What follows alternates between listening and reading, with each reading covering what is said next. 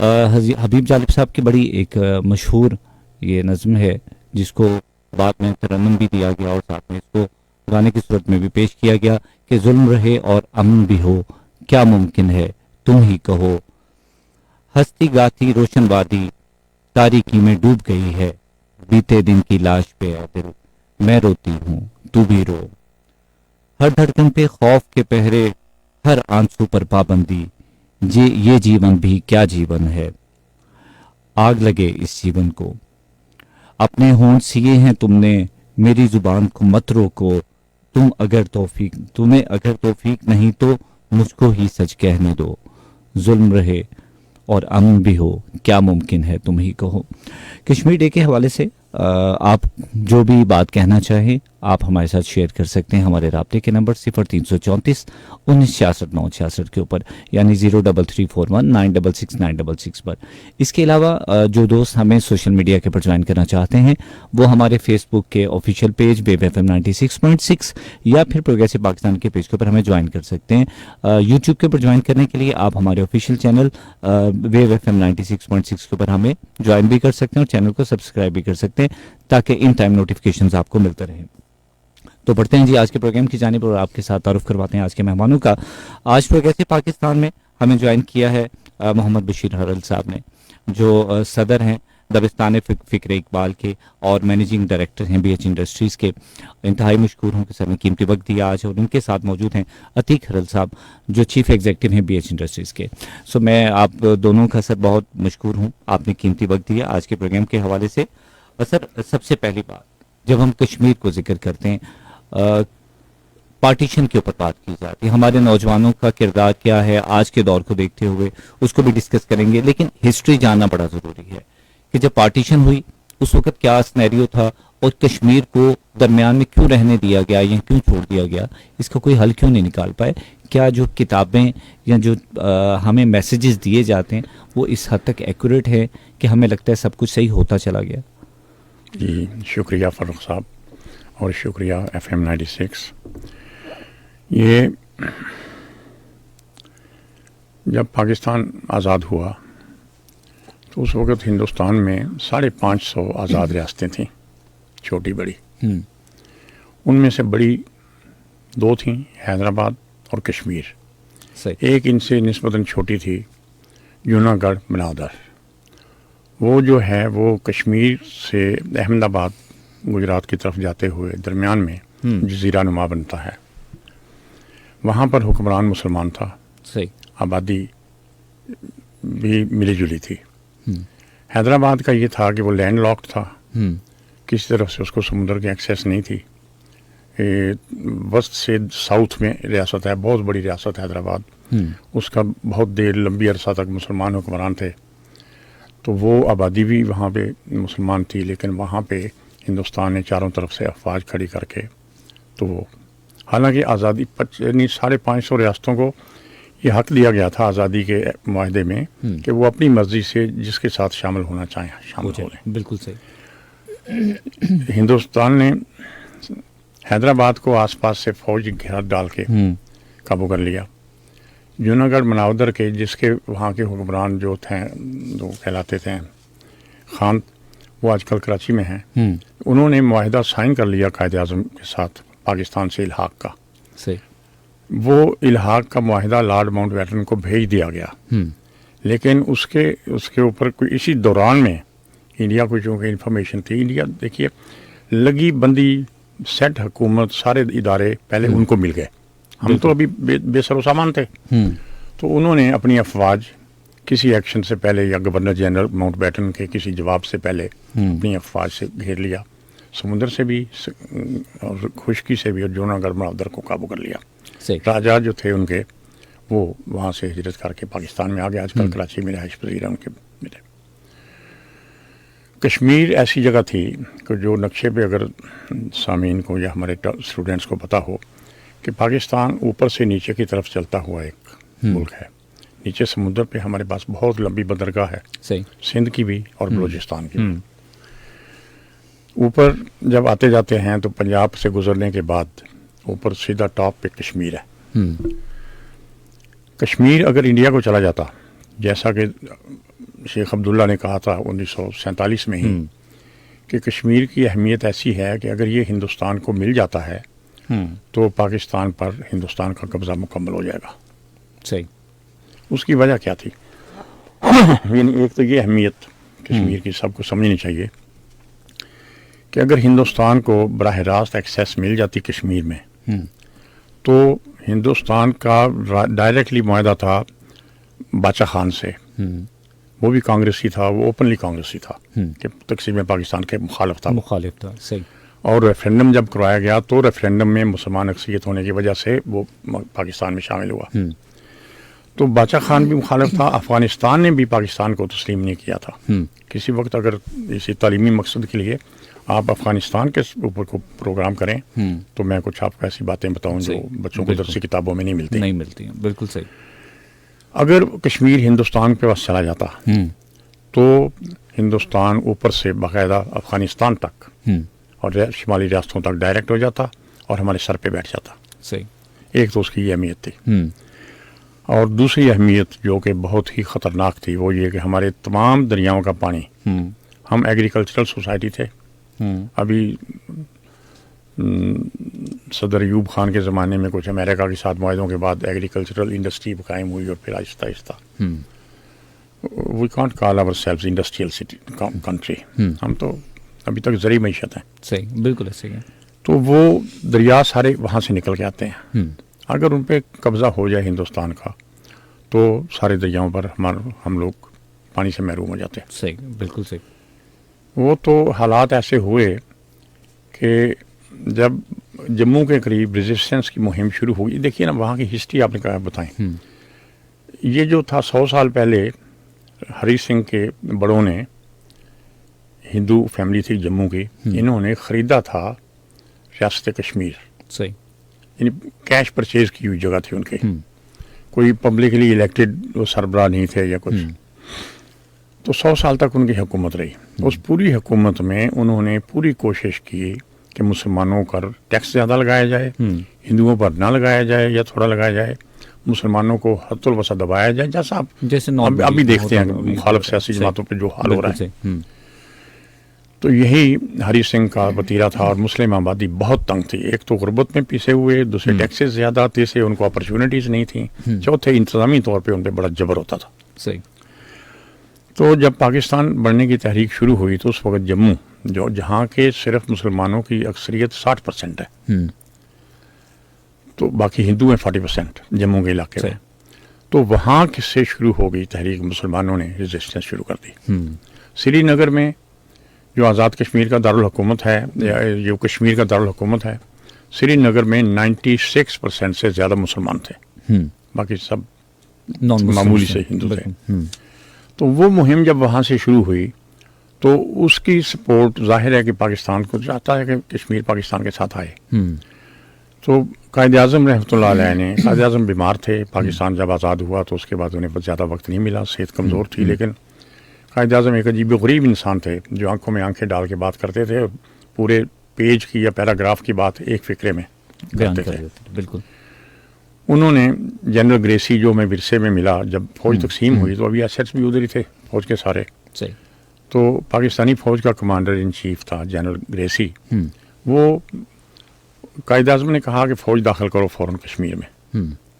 تو اس نے انکار کر دیا. اس نے کہا جی نہیں جی, میں آپ سے حکم نہیں لیتا, میں حکم لیتا ہوں گورنر جنرل ماؤنٹ بیٹن سے. بالکل. تو ہی ریفیوزڈ.